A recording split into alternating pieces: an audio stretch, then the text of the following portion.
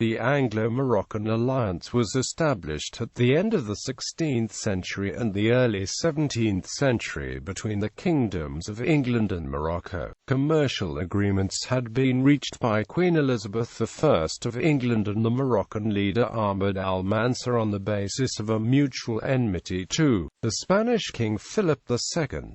The arms trade dominated the exchange, and numerous attempts at direct military collaboration were also made. The alliance was maintained for some time by the successors. Background: the alliance between the two states developed during the 16th century on the back of regular commercial exchanges, largely thanks to the work of the Amflet family of merchants. European trade with Morocco had been at the command of Spain, Portugal and Genoa, but in 1541 the Portuguese suffered the loss of Safi and Agadir, loosening the grip on the area. Following the sailing of the Lion of Thomas Wyndham in 1551, and the 1585 establishment of the English Barbary Company, trade developed between England and the Barbary States, and especially Morocco. Sugar, ostrich feathers and saltpeter from Morocco were typically exchanged for English fabrics and firearms.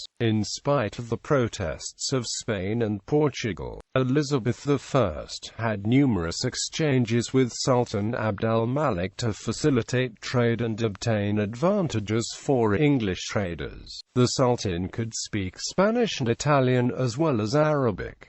In 1577 he wrote to the Queen in Spanish, signing himself Abdul-Malik in Latin script. That same year, the Queen sent Edmund Hogan as ambassador to the Moroccan court. Alliance. Elizabeth was initially reluctant to develop an arms trade with Morocco, for fear of criticism by other Christian powers, as was communicated by Hogan to the Sultan in 1577.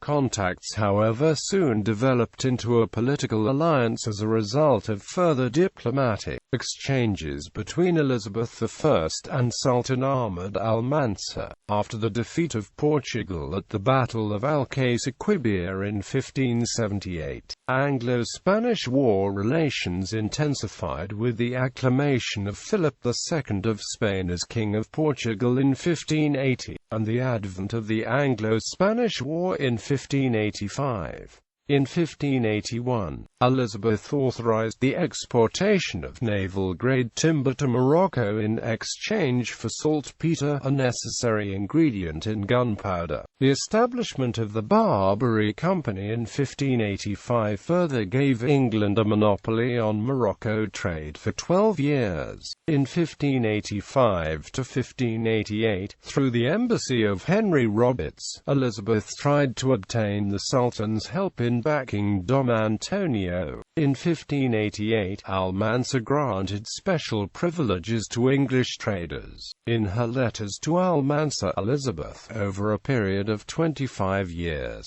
continually described the relationship between the two countries as la buena amistad y confederación que hay entre nuestras coronas, and presented herself as vuestra hermana y pariente según ley de corona y sceptro. In January 1589, al-Mansur, through his ambassador to the Queen, Marzoucre, requested the supply of oars, carpenters and shipwrights, as well as transportation on English ships, in exchange for his contribution of 150,000 ducats and his military help for an Anglo-Moroccan expedition against Spain in favor of the Portuguese claimant. He also requested English military assistance in case of a conflict with neighboring non-Christian countries. Elizabeth could not meet these demands completely, especially the transportation of Moroccan forces, and negotiation drew on until the death of Dom Antonio in 1595. The 1589 English expedition to Portugal moved ahead nonetheless,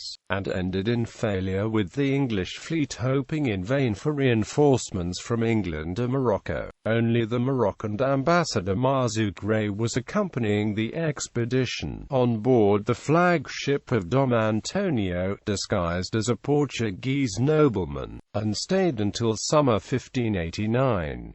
1600 embassy diplomatic relations continued to intensify between Elizabeth and the Barbary States. England entered in a trading relationship with Morocco detrimental to Spain, selling armor, ammunition, timber, metal in exchange for Moroccan sugar, in spite of a papal ban prompting the papal nuncio in Spain to say of Elizabeth, "There is no evil that is not devised by that woman, who, it is perfectly plain, succored Morocco with arms, and especially with artillery." In 1600, Abd el-Wahid ben Masoud, the principal secretary to the Moroccan ruler Mullah Ahmad al-Mansur, visited England as an ambassador to the court of Queen Elizabeth I.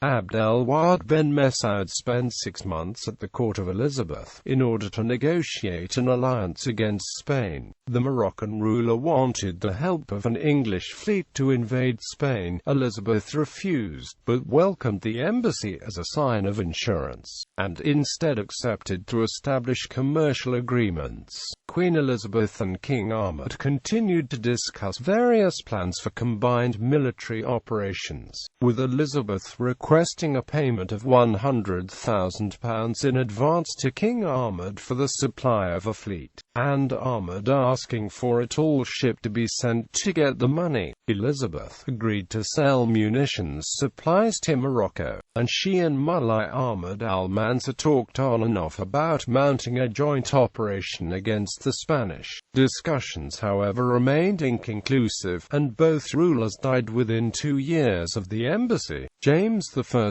and Charles I.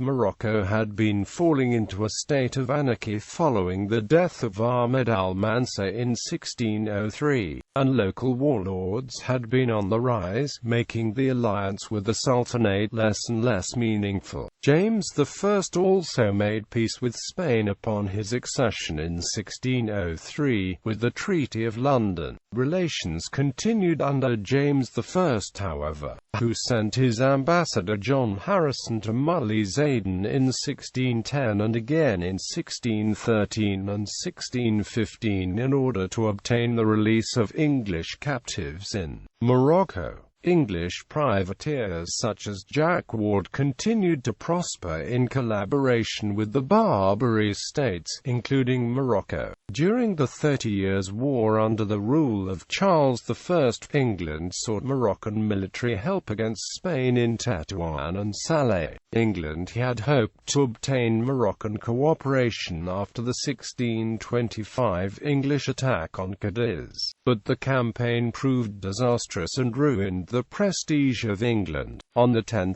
May 1627, England passed an agreement with one of these local warlords, the Mujahideen leader Sidi al-Ayyashi, to obtain his help in releasing English captives, in exchanges for the supply of provisions and arms. England and al-Ayyashi collaborated for a period of about 10 years, as in the attempted coordinated liberation of al-Mansur. In 1632, the city of Salé, a major harbour to piracy, was jointly taken by an English squadron and Moroccan forces, permitting the pacification of the city and the release of Christian prisoners. On May 13, 1637, a convention was signed between Charles I and Sidi Muhammad el-Ayyachi, master of Salé, allowing for the supply of military armament to the Sultan. Embassies of Mullah Ismail relations continued under the Moroccan ruler Mullah Ismail. In 1682, he sent Muhammad bin Haddo as Moroccan ambassador sent to the English court of Charles II. Muhammad spent 6 months in England, in a highly commented visit. He visited Oxford, Cambridge and the Royal Society among many other places. These exchanges, 40 years of shifting alliances between England and Morocco, related to European conflicts, trade issues, Barbary coast pirates and the exchange of captives. One of the high points of these contacts occurred in 1720–21, when English ambassadors John Windus and Commodore Hon. Charles Stewart visited Morocco. They succeeded in signing a diplomatic treaty with Morocco for the first time, and returned home with 296 released British slaves. Moroccan ambassadors were again sent to England in 1726, and in 1727 a new treaty was signed by John Russell with Muley Ismail's successor.